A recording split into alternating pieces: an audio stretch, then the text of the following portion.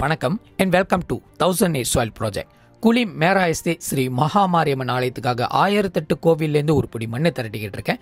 இன்னைக்கு சென்ட்ரியாங் எக்ஸ்பெடிஷன் வந்து தொடங்கியிருக்கேன். சென்ட்ரியாங் லாமால செம்பன தோட்டத்துக்கு நடுவில் ஸ்ரீ நாகமுத்து மாரியம்மன் ஆலயம் என்று ஒரு மிக பிரசித்தி பெற்ற ஒரு ஆலயம் இருக்குது. இந்த ஆலயத்துக்கு குறைஞ்சது 100 வயசு இருக்கும்.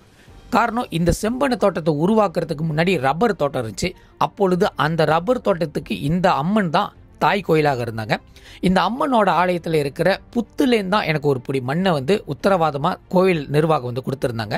இந்த வேலையில் நிர்வாகத்துக்கு வந்து நான் நன்றி தெரிவிச்சுக்கிறேன். மிக பழமையான ஆலயத்திலேருந்து ஒரு பிடி மண் எடுக்கிறதோட விசேஷமே சொல்ல வார்த்தையே இல்லை. டெம்பிள் மேனேஜ்மெண்ட்டுக்கு நான் நன்றியை தெரிவிச்சுக்கிறேன். அடுத்து இந்த ஆலயத்தை ஒட்டி கொஞ்சம் தொலைவில் ஸ்ரீ வள்ளி தேவசேனா சமீத செந்தில்வேல் முருகர் ஆலயம் தொங்வா எஸ்டேட்லேருந்து ஒரு பிடி மண் எடுக்க வந்திருக்கேன். இந்த இடம் வந்து தாப்பாவோட டிஸ்ட்ரிக்டில் இருக்கிற வாசி கொஞ்சம் தள்ளி தான் வர வேண்டியது இருக்குது. மிகப்பெரிய எஸ்டேட்டுக்கு நடுவில் ரோட்டு ஓரத்துலேயே பார்த்தீங்கன்னா இந்த ஆலயத்தை வந்து பார்த்துடலாம். அவ்வளோ அழகான முருகர் ஆலயம் பார்க்கவே ரொம்ப விசேஷமாக இருந்துச்சு. பெரிய காம்பவுண்டில் முருகர் தனியாக இருக்காங்க வள்ளி தேவயானியோட. இந்த ஆலயத்தோட நிர்வாகத்தில் அனுமதி கேட்டிருந்தேன். தாராளமாக எடுத்துக்கோங்க, இது உங்கள் கோயில் நினச்சிக்கிங்கன்னு. இந்த ஆலயத்தில் பலவிதமான பூஜைகளும் சிறப்பு விஷயங்களும் நடக்குமா. அதில் வந்து பக்தர்கள் குறைஞ்சது 1500 பேருக்கு மேற்பட்டு வந்து கலந்துக்குவாங்களாம். அவ்வளோ பிரசித்தி பெற்ற இந்த ஒரு ஆலயத்திலேருந்து ஒரு பொடி மண் எடுக்கிறதே எனது பெரிய பாக்கியமாக தான் கருதுறேன். வெற்றிவேல் முருகனுக்கு அரோகரா, சக்திவேல் முருகனுக்கு அரோகரா, ஞானவேல் முருகனுக்கு அரோகரா, வீரவேல் முருகனுக்கு அரோகரான்னு சொல்லி அவரோட மண்ணை தொட்டு அந்த மிக பழமையான ஆலயத்தில் இருக்கிற அந்த சக்தி வாய்ந்த மண்ணை எடுக்கிறது எனக்கு பெரிய பாக்கியமாக தான் கருதுறேன். இந்த வேலையில் டெம்பிள் மேனேஜ்மெண்ட்டுக்கு நான் நன்றியை தெரிவிச்சுக்கிறேன்.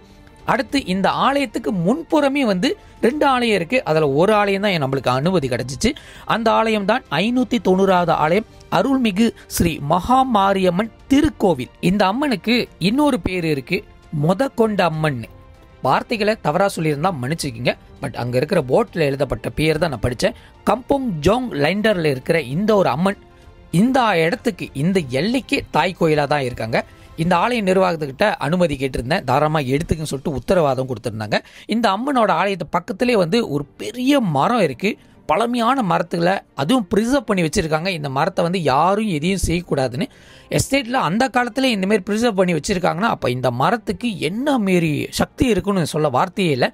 இங்கேருந்து ஒரு பிடி மண் எடுக்கும் போது எனது பெரிய சந்தோஷம் சொல்லலாம்.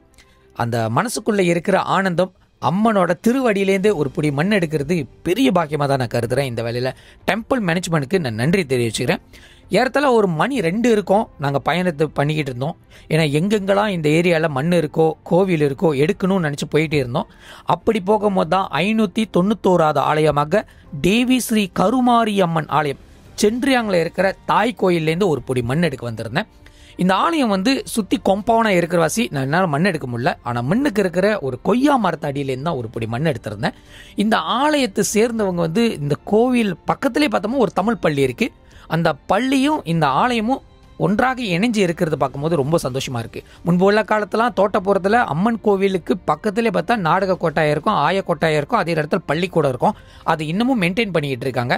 இந்த வேலையில் நம்மளுக்கு ஒரு பொடி மண்ணை கொடுத்த டெம்பிள் மேனேஜ்மெண்ட்டுக்கு நான் நன்றி தெரிவிச்சுக்கிறேன்.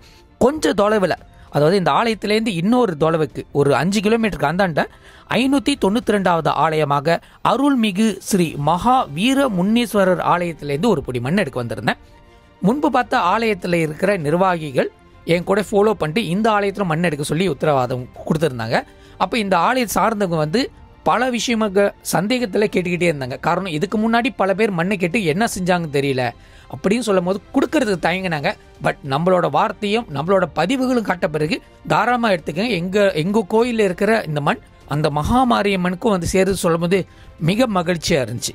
இந்த ஆலயத்தில் முன்னீஸ்வரர் மூர்த்தியாக இருந்தால் கூட காளியம்மனும் மாரியம்மனும் பேச்சாய் அம்மனுக்கு முக்கியத்துவம் கொடுத்து இந்த மக்கள்கள் ஒரே இடத்துல வந்து வணங்குற மாதிரி தான் இந்த ஆலயத்தை செஞ்சு வச்சுருக்காங்க.